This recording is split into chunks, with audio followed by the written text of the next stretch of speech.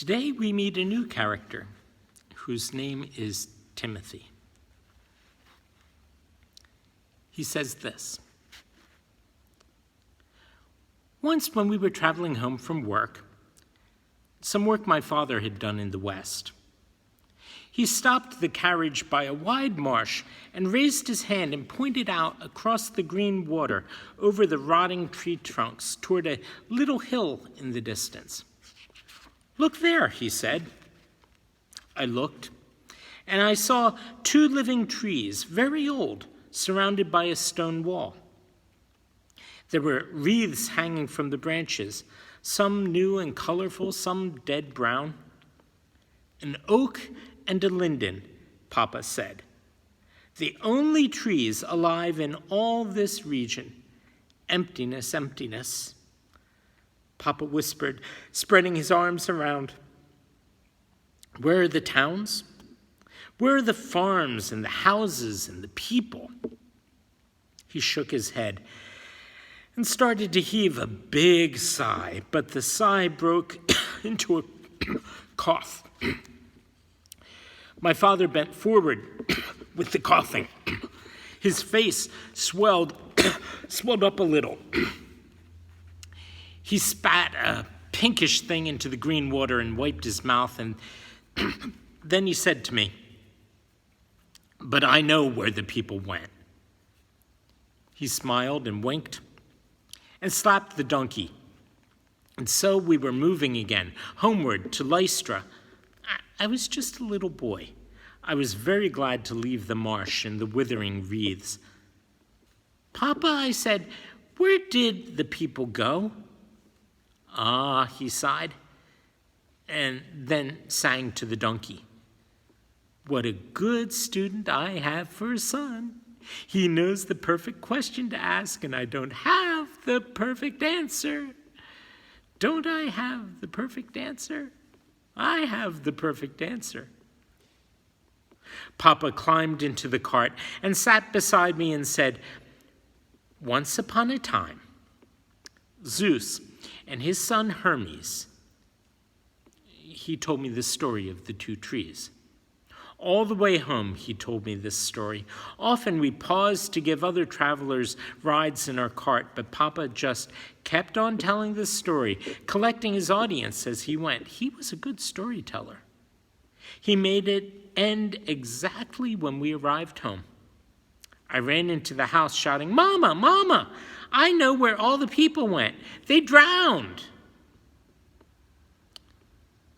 Once upon a time, Zeus and his son Hermes came down to earth and traveled through the hills of Phrygia disguised as mortal men. Zeus carried no bolt of lightning. Hermes wore no wings on his heels. Both were tired, and they were looking for somewhere to stay, but nobody took them in. The farmers and villagers said no. Merchants and landowners all turned the gods away. They went to 1,000 houses, and 1,000 doors were shut against them. Finally, they came to the humblest cottage of all. Its roof was thatch and reeds. They knocked, and an old woman opened the door.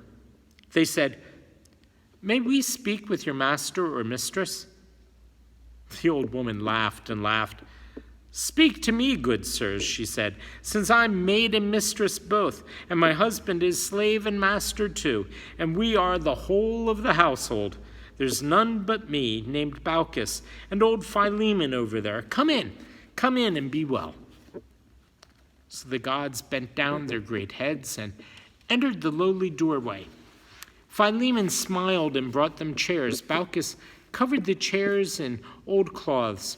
'Sit down,' she said, and she began to stir yesterday's ashes to find the spark to light some leaves and some small wood chips. She blew and raised a flame. Then she reached for some twigs from the edge of the roof and dropped these in the fire and hung her little pot above it. Philemon brought vegetables from the garden.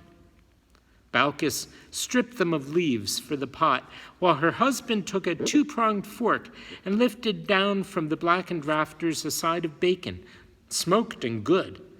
He cut a large piece and he put it in the pot to boil. They chatted brightly, the man and the woman, keeping their guest amused. Philemon poured warm water into a beechwood bowl so that Zeus and Hermes could wash themselves. Baucis spread threadbare covers over a couch whose legs were willow wood, whose mattress was stuffed with dry sedge grass. "Sirs, take your places," she said, bowing. Then she tucked up her robe and with shaky hands placed a table before them. She wiped the top with fresh mint, then set the table with clay dishes and the first foods of the dinner. Cherries, picked in autumn and saved in lees of wine, endives and radishes and pieces of cheese, eggs lightly roasted in ashes, not too hot. Next, she brought wine in a flagon and beechwood cups lined on the inside with yellow wax. After that, she brought the stew that had been bubbling on the hearth, and finally the lighter fare, nuts and figs and wrinkled dates, plums and apples in shallow baskets, black grapes, a shining honeycomb, and a cheerful company. But then the old man and the old woman saw a miracle, and they became afraid. For the flagon, after it was poured, filled itself up again. And their own wine was thin and young, but this wine was rich and old. They fell down on their knees. "Forgive us," they cried. "Forgive our meager meal, our poor preparations." Straightway they jumped up and started to chase their goose, their only goose, the guardian of the cottage. "Give over," Philemon cried. "You're food for our visitors." But the goose flew through the room to the guests, who covered it under their arms. "Don't kill the creature," they said. "There's no need. We are gods, you see." Baucis and Philemon gaped in terror. "No, don't be afraid," Zeus said to them. "As mortal men, we were refused by everyone except you. As gods now, we are about to punish everyone except you. Old man, old woman, come. Leave your home and climb the mountainside with us." Well, they did. Baucis and Philemon, leaning on sticks, struggled up the long slope westward. Near the top they turned and saw that all the region had begun to drown in a thick green water. Only their house was left standing. At first they wept for the fate of their neighbors. But then they saw that their little cottage was changing. It became a temple with marble columns, a roof bright yellow, thatched with gold, doors adorned with carvings, mosaics inlaid on the floor.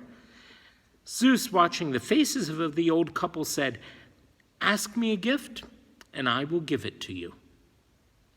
In an instant they knew their heart's desire. "Let us be your priests," they said, "to serve your shrine till we die. And when we do die, O mighty Zeus, let us die together, so neither one need lay the other down on the funeral bier." And so it was that they kept this fresh new temple all the rest of their lives. Then, one evening, as they stood on the sacred steps, bowed down by the winter of their years, Baucis saw leaves in her husband's hair, and Philemon saw that his wife's skin was turning barky. Twigs and branches moved from the brown spots on their flesh, and just before the grizzled bark enclosed their faces, husband and wife cried out in unison, "Goodbye, goodbye, my dear one." So then, one became the oak, and the other the linden. And people hang wreaths on the sacred trees, even down to this day.